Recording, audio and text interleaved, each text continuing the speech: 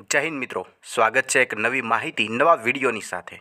મિત્રો, ગઈકાલે સાંજે વન રક્ષક જે બીટ ગાર્ડની પરીક્ષા આવનાર છે તેમનો નવો સિલેબસ જાહેર કરવામાં આવેલો છે। જી હા મિત્રો, આ નવા સિલેબસની અંદર કુલ કેટલા ફેરફારો કરવામાં આવ્યા છે અને જે જૂનો સિલેબસ છે તેમની સરખામણી કરીને જોઈએ તો કુલ કેટલા ફેરફારો છે, આ તમામ વિગત આપણે વિડીયોની અંદર જોવાની છે, માટે ખાસ કરીને વિડીયોને અંત સુધી અવશ્ય જુઓ। મિત્રો, ગઈકાલે સાંજે જે વનરક્ષક મતલબ કે બીટ ગાર્ડની પરીક્ષા આવશે 823 પોસ્ટ માટેની, તેમનો નવો સિલેબસ છે તે કંઈક આ રીતે જાહેર કરવામાં આવેલો છે। અને જૂના સિલેબસની વાત કરીએ તો આ જૂનો સિલેબસ છે। હવે તેમાં સૌથી પ્રથમ જોઈએ તો અહીંયા ક્રમ છે તે 1 2 3 4 પ્રમાણે દર્શાવવામાં આવેલો હતો, જ્યારે નવા સિલેબસની અંદર A B C D એ રીતે દર્શાવવામાં આવેલો છે।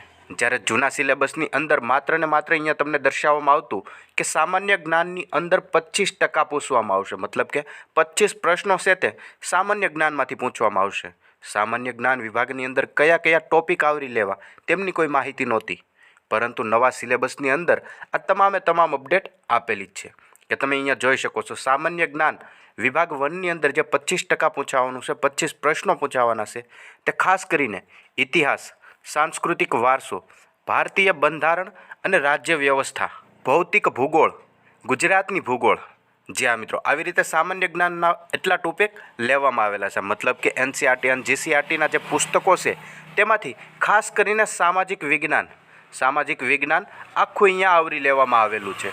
અને તેનાથી પણ આગળ ટોપિક ઉમેરાયો છે વિજ્ઞાન અને ટેકનોલોજી, જેમાં ખાસ કરીને સામાન્ય વિજ્ઞાન હશે।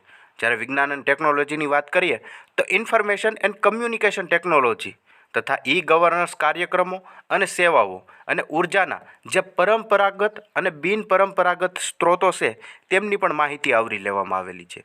અને હાલના જે વર્તમાન પ્રવાહો છે, મતલબ કે પ્રાદેશિક તથા રાષ્ટ્રીય મહત્ત્વના વર્તમાન પ્રવાહો, જે કરંટ અફેર પૂછવામાં આવે છે તેમનો પણ અહીંયા સમાવેશ કરી લેવામાં આવેલો છે। મતલબ કે જે સામાન્ય જ્ઞાન છે 25% પૂછાવાનું છે તે કુલ આ સાથે 7 મુદ્દામાંથી પૂછાવાનું છે।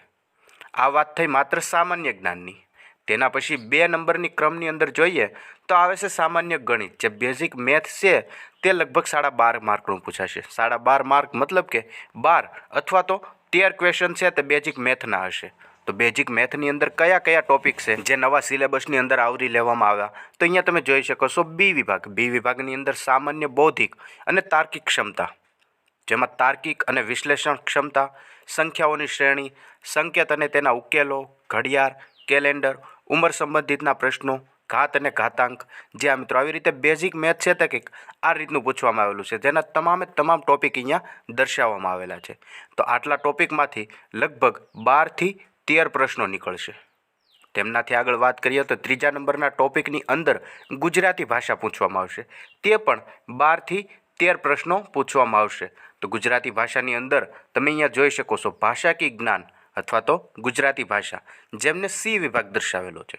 તેની અંદર રૂઢિપ્રયોગના અર્થ અને તેના પ્રયોગો, તદુપરાંત કહેવતનો અર્થ, સમાસ, અલંકાર, સમાનાર્થી અને વિરુદ્ધાર્થી શબ્દો, શબ્દ સમૂહ માટે એક શબ્દ, સંધિ જોડો અથવા તો સંધિ છોડો, જોડણીની શુદ્ધિકરણ। જ્યાં મિત્રો આવી રીતે ગુજરાતી ભાષા છે તે 12.5% પૂછવામાં આવશે, મતલબ કે 12 અથવા તો 13 પ્રશ્નો છે તે ગુજરાતી ભાષામાંથી કાઢવામાં આવશે।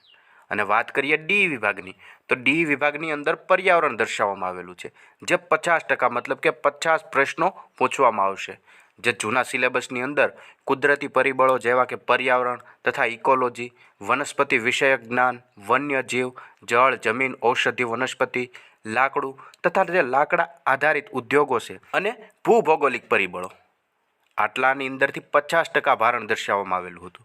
તો અહીંયા ડી વિભાગની અંદર પણ તમે જોઈ શકો છો, જેમાં ખાસ કરીને પર્યાવરણ છે, પ્રદૂષણ અથવા તો ગ્રીન હાઉસ અસર અથવા તો ગ્લોબલ વોર્મિંગ અથવા આબોહવાની પરિવર્તન, પણ તેની અંદર પણ મુદ્દાઓ દર્શાવેલા છે। મુદ્દા વાઇઝ જ અહીંયા આખો સિલેબસ દર્શાવવામાં આવેલો છે।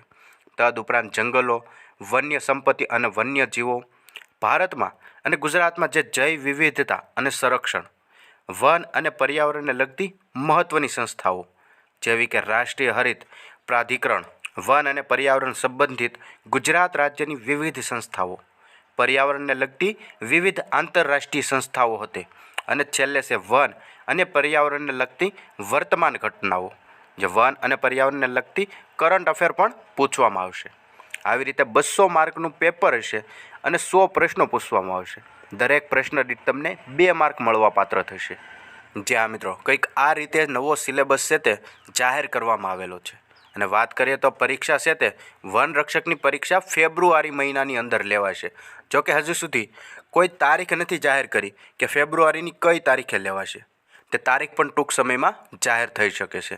અને વાત કરીએ તો કુલ 823 જેટલી પોસ્ટ છે.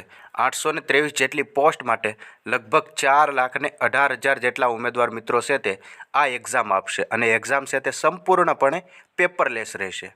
મતલબ કે ગુજરાત ગૌણ સેવા પસંદગી મંડળ દ્વારા આ પરીક્ષાને સૌ પ્રથમવાર ઓનલાઈન લેવામાં આવશે. જી હા મિત્રો, આ વાત હતી વન રક્ષક બીટ ગાર્ડની પરીક્ષા વિશેની. તદુપરાંત આવી માહિતી જોતા રહેવા માટે હમણાં જ ચેનલને સબસ્ક્રાઈબ જરૂરથી કરી લેજો.